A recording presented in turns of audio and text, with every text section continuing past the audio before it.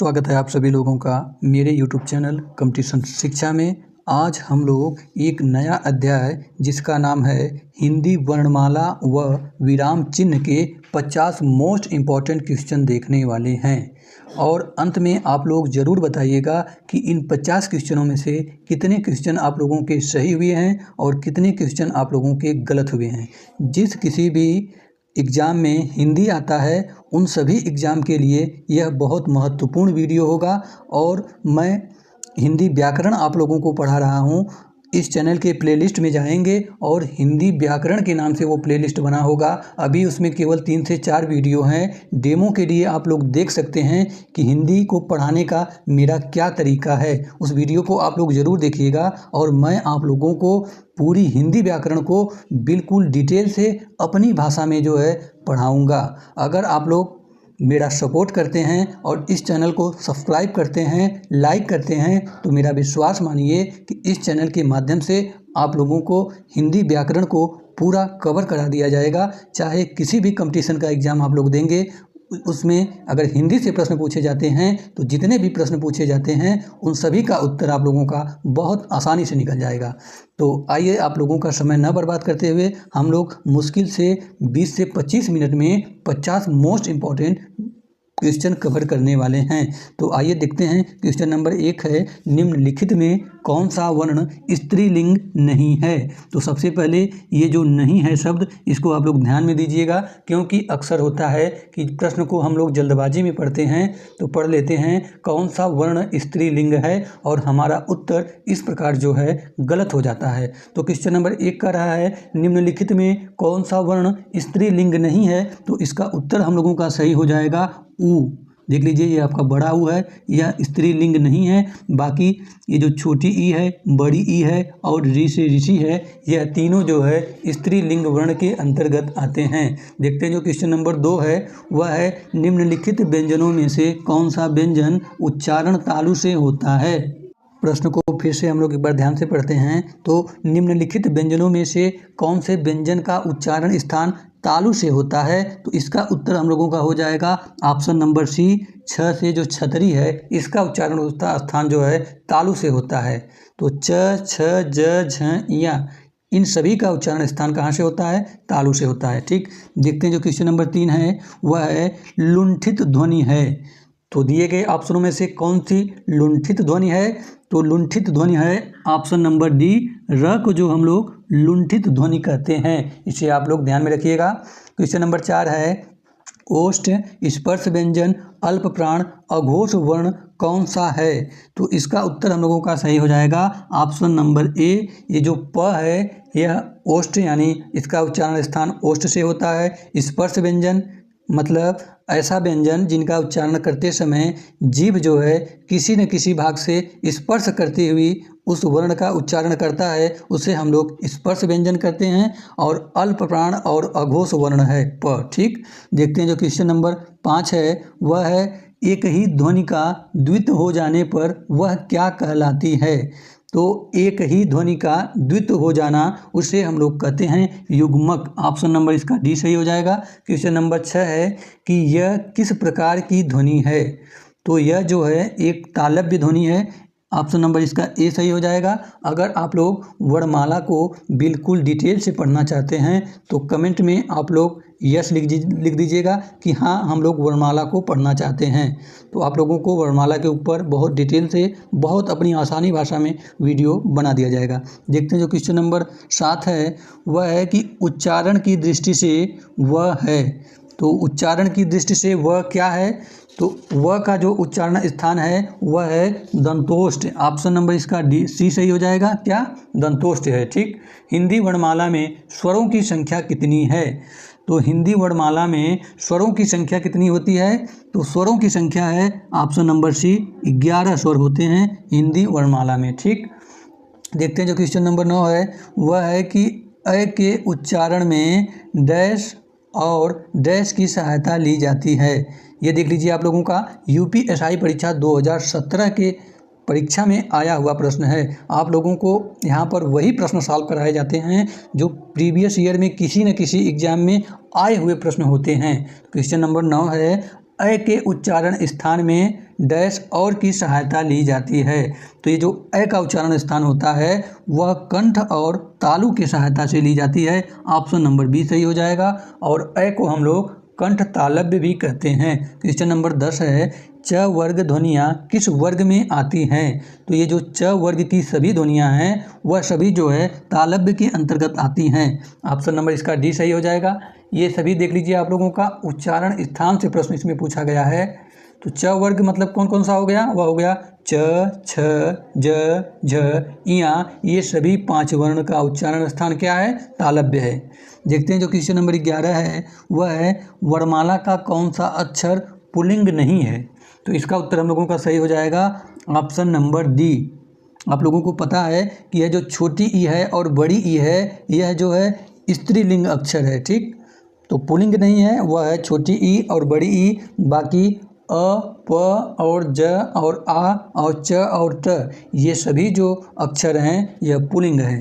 Question number 12 है, देख लीजिए जितने भी मैं प्रश्न आप लोगों को करा रहा हूँ यहाँ पर देख लीजिए, यूपीएसआई परीक्षा 2017 में आए हुए प्रश्न हैं। और इसमें मैं आप लोगों का एक नया सीरीज शुरू किया हूँ जो यूपीएसआई 2021 में जितने भी प्रीवियस ईयर के प्रश्न पूछे गए थे हिंदी और जीके एंड जीएस के, मैं उन सभी को सॉल्व करा रहा हूं। ये प्लेलिस्ट के चैनल में आप लोग जाएंगे, प्लेलिस्ट में पड़ा होगा यूपीएसआई प्रीवियस ईयर सीरीज के नाम से प्लेलिस्ट में वीडियो पड़ा होगा, उसे आप लोग जा करके देख सकते हैं। क्वेश्चन नंबर 12 है, जिन वर्णों का उच्चारण स्वतंत्र होता है उसे कहते हैं? तो जिन वर्णों का उच्चारण स्वतंत्र होता है उसे हम लोग कहते हैं स्वर। ऑप्शन नंबर इसका डी सही हो जाएगा। स्वतंत्र का मतलब होता है इन वर्णों का उच्चारण करते समय हमें किसी की भी आवश्यकता नहीं होती है, यह स्वतंत्र बिल्कुल होते हैं। ठीक, क्वेश्चन नंबर 13 हो गया, देख लीजिए, यह द के नीचे हलंत है प्लस अ है प्लस क के नीचे हलंत है प्लस खटकोण वाले स के नीचे हलंत है प्लस अ है। इसको मिलाने पर क्या बनेगा, यानी कौन सा शब्द बनेगा? जब इसका हम लोग मिलान करेंगे तो वह बनेगा दक्ष। ऑप्शन नंबर इसका डी सही हो जाएगा। देख लीजिए, ये जो शब्द हैं उसको आप लोगों को तोड़ना भी आना चाहिए। देख लीजिए, यह यूपीएसआई परीक्षा 2017 में आया हुआ प्रश्न है। देख लीजिए किस किस तरह के प्रश्न पूछे जाते हैं आजकल के एग्जाम में। क्वेश्चन नंबर 14 है कि ढ वर्ण का उच्चारण स्थान है? तो ढ वर्ण का उच्चारण स्थान है ट वर्ग चौथा। ऑप्शन नंबर ए सही हो जाएगा। क्वेश्चन नंबर जो 15 पूछा गया था वह है लिपि चिन्हों के क्रमबद्ध समूह को क्या कहते हैं? तो जो लिपि चिन्ह होते हैं उनके क्रमबद्ध समूह को हम लोग कहते हैं वर्णमाला। ऑप्शन नंबर बी सही हो जाएगा। और वर्णमाला की एक और परिभाषा है, वह है वर्णों के व्यवस्थित समूह को वर्णमाला कहते हैं। क्वेश्चन नंबर 16 है, हिंदी भाषा में ह्रस्व स्वरों की संख्या कितनी है? तो ह्रस्व स्वरों की संख्या है ऑप्शन नंबर डी 4। ठीक, तथा दीर्घ स्वरों की संख्या कितनी है? तो दीर्घ स्वर अगर पूछता तो हमारा उत्तर होता 7। ठीक, क्वेश्चन नंबर 17 है, ऐसी कौन सी 2 मात्राएं हैं जिनका प्रयोग तो किया जाता है किंतु उनका समावेश स्वर में नहीं किया जाता है? तो वह कौन सी 2 मात्राएं हैं? वह है अंग और अ, जिसे अंग को इसे हम लोग कहते हैं अनुस्वार और इसे हम लोग कहते हैं विसर्ग। ठीक, इसे हम लोग कहते हैं अनुस्वार और इसे हम लोग कहते हैं विसर्ग। इनकी गणना जो है वह स्वर में नहीं किया जाता है। ठीक, देखते हैं जो क्वेश्चन नंबर 18 है, वह कह रहा है उच्चारण की दृष्टि से संबल ध्वनि का कौन सा वर्गीकरण है? तो संबल ध्वनि का कौन सा वर्गीकरण है? वह है संपृक्त ध्वनि। ऑप्शन नंबर इसका डी सही हो जाएगा। देख लीजिए, यह कनिष्ठ सहायक परीक्षा 2019 में आया हुआ प्रश्न है। ऐसे प्रश्न मुझे नहीं लगता है कि आप लोग सॉल्व कर पाएंगे।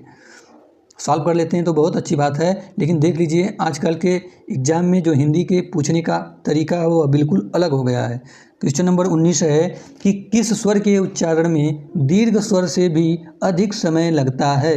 तो आप लोगों को पता है कि प्लुत स्वर के उच्चारण में दीर्घ स्वर से भी अधिक समय लगता है। सबसे कम समय लगता है स्वर के उच्चारण में, उसके बाद स्वर की अपेक्षा दुगुना समय लगता है दीर्घ स्वर के उच्चारण में, उसके बाद प्लुत स्वर के उच्चारण में दीर्घ स्वर की अपेक्षा भी अधिक समय लगता है, यानी ह्रस्व स्वर की अपेक्षा 3 गुना समय लगता है प्लुत स्वर के उच्चारण में। जैसे हम लोग किसी को पुकारने में इसका प्रयोग करते हैं, जैसे राम, बीच में ये प्लुत का चिन्ह कैसे होता है? ये प्लुत का चिन्ह ये देखिए ऐसे लगता है। जब हम लोग राम को खींच के बोलेंगे ना तो बीच में ये आ जाएगा। ठीक, प्लुत स्वर। ठीक, देखते हैं जो क्वेश्चन नंबर 20 है वह है वर्णमाला में स्पर्श व्यंजनों की संख्या कितनी है। तो सबसे पहले जान लेते हैं स्पर्श व्यंजन किसे कहते हैं। ऐसे व्यंजन जिनका उच्चारण करते समय जो जीभ है वह किसी न किसी भाग को स्पर्श करते हुए उस वर्ण का उच्चारण करते हैं, उसे हम लोग स्पर्श व्यंजन कहते हैं। और क वर्ग से लेकर म वर्ग ये जो इनकी संख्या होती है 25 होती है। ठीक, ऑप्शन नंबर इसका हो जाएगा सी। स्पर्श व्यंजनों की संख्या कितनी होती है 25 होती है। क्वेश्चन नंबर 21 है कि स्वर ए और ऐ का उच्चारण स्थान कौन सा है। तो मैं पहले ही बताया था कि इसका उच्चारण स्थान होता है कंठ तालव्य। ऑप्शन नंबर इसका ए सही हो जाएगा। देख लेते हैं जो क्वेश्चन नंबर 22 है वह है कि हिंदी शब्दकोश में क के बाद कौन सा व्यंजन दिखाई देता है। ये देख लीजिए जो क्वेश्चन नंबर 22 है वह मंडी परिषद परीक्षा 2019 में आया हुआ प्रश्न है।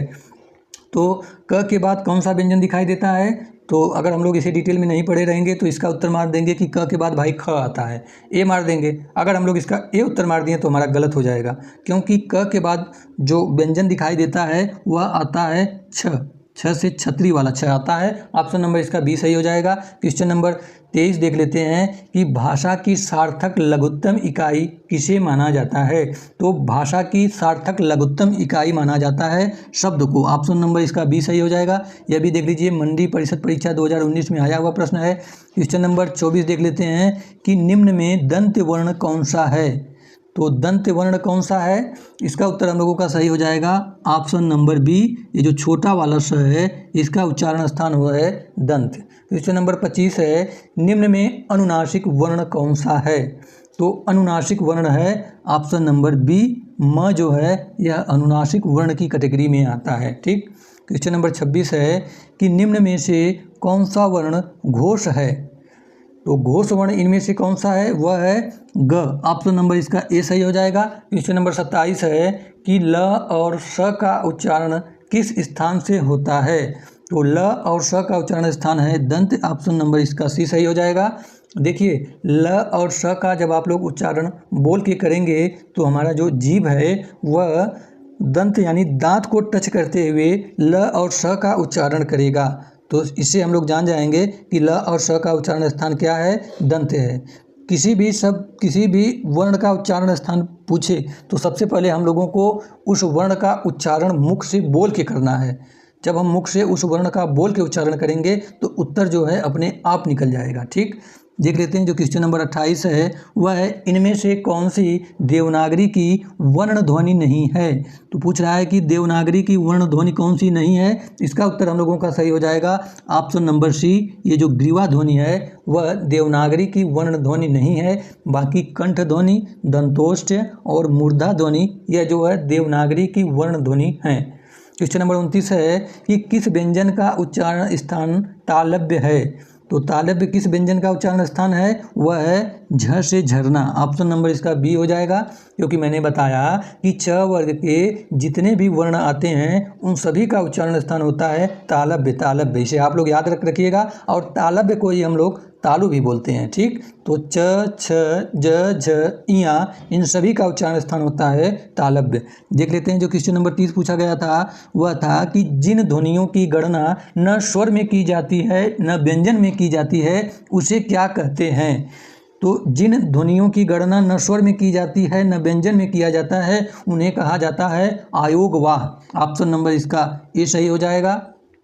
आयोगवाह मैंने बताया कौन कौन सा वर्ण है, वह है अंग और अ, यानी विसर्ग और अनुस्वार, ये दोनों आयोगवाह के अंतर्गत आते हैं। क्वेश्चन नंबर 31 है स्वर तंत्रियों के आधार पर व्यंजनों को कितने वर्गों में बांटा गया है।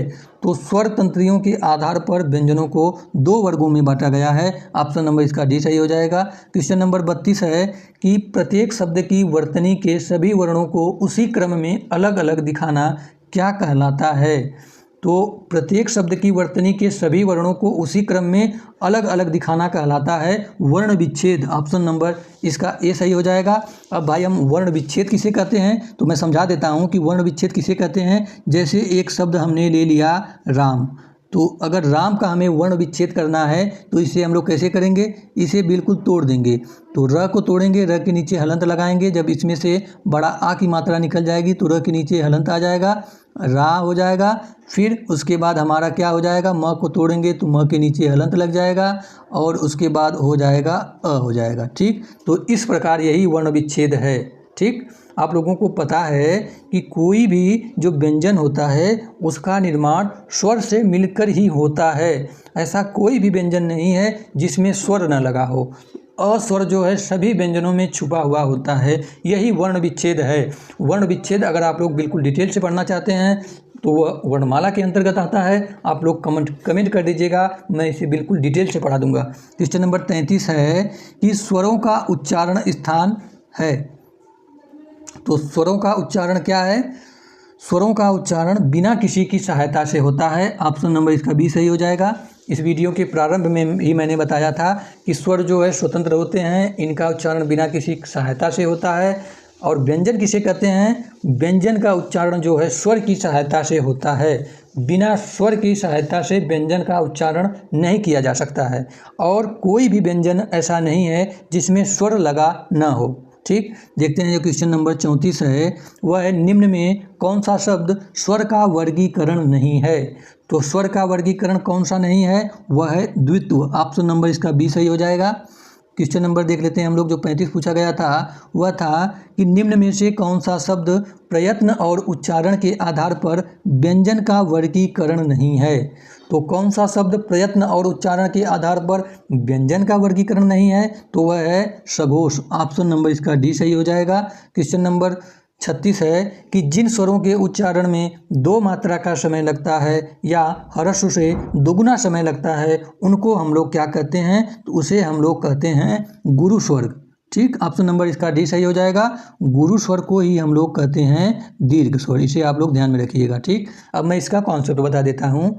तो सबसे पहले स्वर किसे कहेंगे भाई, स्वर का उच्चारण करने में 1 मात्रा का समय लगता है उसे हम लोग स्वर कहते हैं। ठीक, और दीर्घ या गुरु स्वर किसे कहते हैं, तो ऐसे वर्ण जिनका उच्चारण करते समय ह्रस्व स्वर की अपेक्षा दोगुना समय लगता है या जिनके उच्चारण में 2 मात्रा का समय लगता है उसे हम लोग गुरु स्वर या दीर्घ स्वर कहते हैं। उसी प्रकार अगर पूछे तो प्लुत स्वर किसे कहते हैं, तो भाई प्लुत स्वर उसे हम लोग कहेंगे कि जिनका उच्चारण करने में 3 मात्रा का समय लगता है, यानी जिनका उच्चारण करने में ह्रस्व स्वर की अपेक्षा 3 गुना समय लगता है उसे हम लोग प्लुत स्वर कहते हैं। ठीक, ये रहा कॉन्सेप्ट। देखते हैं जो क्वेश्चन नंबर 37 पूछा गया था वह है कि जिस व्यंजन ध्वनि के उच्चारण के समय स्वर तंत्र में कंपन होता है उस उच्चारण स्थान के आधार पर ध्वनियों के वर्गीकरण में उसका क्या स्थान है। तो इसका उत्तर हम लोगों का सही हो जाएगा ऑप्शन नंबर बी काकल्य। ठीक, देख लीजिए यह जो क्वेश्चन नंबर 37 है वह कृषि प्राविधिक परीक्षा 2019 में आया हुआ प्रश्न है। उससे पहले आप लोगों से एक छोटा सा रिक्वेस्ट है कि इस चैनल को अभी तक सब्सक्राइब नहीं किए हैं तो सब्सक्राइब कर लीजिए और बेल आइकन को ऑन रख लीजिए, क्योंकि आने वाले समय में यह चैनल आप लोगों को हिंदी बिल्कुल डिटेल से पढ़ाने वाला है। तो इस चैनल को आप लोग सब्सक्राइब कर लीजिए। क्वेश्चन नंबर 38 है वर्णों के व्यवस्थित समूह को क्या कहा जाता है। तो मैंने पहले ही बता दिया है कि वर्णों के व्यवस्थित समूह को कहा जाता है वर्णमाला। ऑप्शन नंबर इसका ए सही हो जाएगा। देखते हैं जो क्वेश्चन नंबर 39 पूछा गया था वह है कि 6 वर्ण किन 2 वर्णों के मेल से बनता है। तो ये जो 6 से क्षत्रिय है पूछ रहा है कि किन 2 वर्णों के मेल से बना है। आप लोगों को पता है कि यह जो है संयुक्त वर्ण के अंतर्गत आता है। संयुक्त वर्ण की संख्या होती है 4। कौन कौन से, क्षत्रिय वाला 6 हो गया, त्र हो गया और ज्ञ हो गया और स्र हो गया। तो 6 वर्ग जो है किन 2 वर्णों के मेल से बना है, इसका उत्तर हम लोगों का सही है ऑप्शन नंबर बी, क के नीचे हलंत प्लस खटकोण वाला स से मिलकर ये बना है। ठीक, क्वेश्चन नंबर 40 है निम्न में से संयुक्त स्वर कौन सा है। तो संयुक्त स्वर कौन सा है, ऑप्शन नंबर सी सही हो जाएगा, अ हो जाएगा। ये जो है संयुक्त स्वर है। अब संयुक्त स्वर किसे कहते हैं भाई, जिनका निर्माण 2 स्वरों के मिलने से हुआ है उसे हम लोग संयुक्त स्वर कहते हैं। एक होता है संयुक्त व्यंजन। संयुक्त व्यंजन किसे कहते हैं, ऐसे व्यंजन जिनका निर्माण 2 व्यंजनों के मिलने से हुआ है उसे संयुक्त व्यंजन कहते हैं। ठीक, ये रहा कॉन्सेप्ट। देखते हैं जो क्वेश्चन नंबर 41 पूछा गया था वह था कि स्पर्श व्यंजन, कंठ ध्वनि, अघोष और महाप्राण ध्वनि कौन सी है। तो इसका उत्तर हम लोगों का सही हो जाएगा ऑप्शन नंबर ए हो जाएगा। ये जो ख है वह एक स्पर्श व्यंजन है और कंठ ध्वनि है और अघोष और महाप्राण ध्वनि है। ठीक, देख लीजिए, यह आप लोगों का वन रक्षक परीक्षा 2018 में आया हुआ प्रश्न है। क्वेश्चन नंबर 42 है कि कंठ तालव्य कौन सा है। तो मैंने बताया कि कंठ तालव्य है ए और ए ये जो है कंठ तालव्य है। ठीक, देखते हैं जो क्वेश्चन नंबर 43 पूछा गया था वह था कि सभी महाप्राण वर्णों वाला वर्ग कौन सा है। तो कौन सा वर्ग ऐसा है जिसमें सभी वर्ण जो है महाप्राण है। तो इसका उत्तर हम लोगों का सही हो जाएगा ऑप्शन नंबर सी, ख हो जाएगा, छ से छतरी हो जाएगा और ठ से ठठेला हो जाएगा। ये सभी वर्ग जो है महाप्राण वर्ण के अंतर्गत आते हैं। क्वेश्चन नंबर 44 है, जब एक ध्वनि का द्वित्व हो जाए तब वह क्या कहलाता है।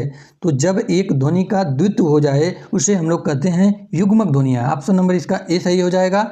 देखते हैं जो क्वेश्चन नंबर 45 है कि दंतोष्ठ ध्वनि कौन सी है। तो दंतोष्ठ ध्वनि कौन सी है, वह है व।